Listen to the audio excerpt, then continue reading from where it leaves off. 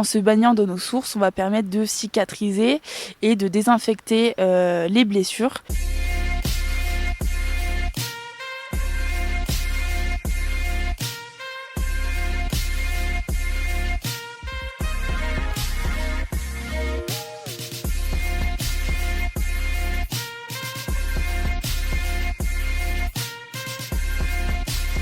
Donc ces grottes ont été creusées il y a plus de 2000 ans par les Romains et c'est lors de leur découverte en fait qu'ils ont creusé au fur et à mesure quelques passages pour traverser les cavités en fait assez facilement. Dans nos grottes se trouvent les sources thermales de Saint-Nectaire et ce sont donc des sources chaudes entre 21 à 23 degrés et ça toute l'année puisqu'à l'origine ce sont des eaux de pluie qui sont venues s'infiltrer dans notre manteau terrestre jusqu'à 3000 mètres en profondeur et c'est donc ici qu'elles ont rencontré une couche magmatique qui leur a permis de se réchauffer.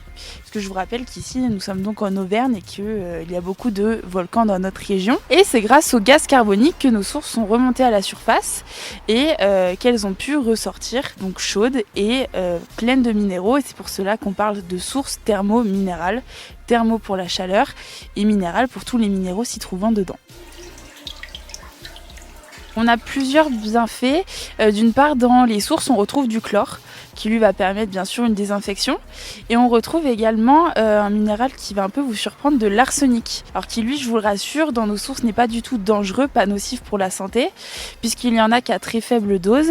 Et à cette dose-ci, l'arsenic a des bienfaits cicatrisants. Donc finalement, en se baignant dans nos sources, on va permettre de cicatriser et de désinfecter les blessures et donc avoir une cicatrisation et une guérison assez simple et plus rapide. L'eau est potable. Après, il ne faut pas non plus en surconsommer, faut en boire que de temps en temps si on veut par exemple accélérer la guérison ou la cicatrisation, mais après ne pas en boire constamment tous les jours, bien sûr. Si la visite en effet elle est à peu près en 3 parties, donc une première partie on va parler un petit peu de l'origine des grottes avec donc ces sources thermales, quels minéraux s'y trouvent dedans, quels y sont les bienfaits et quels étaient les intérêts de ces eaux lors des cures thermales qu'il y a eu ici à Saint-Nectaire durant le 19e siècle. Après on passe donc à l'époque romaine avec là leur activité des thermes, c'est eux qui l'ont découvert, qui l'ont exploité et qui nous l'ont retransmis donc durant toutes ces années. Et on finit donc sur une partie pétrification.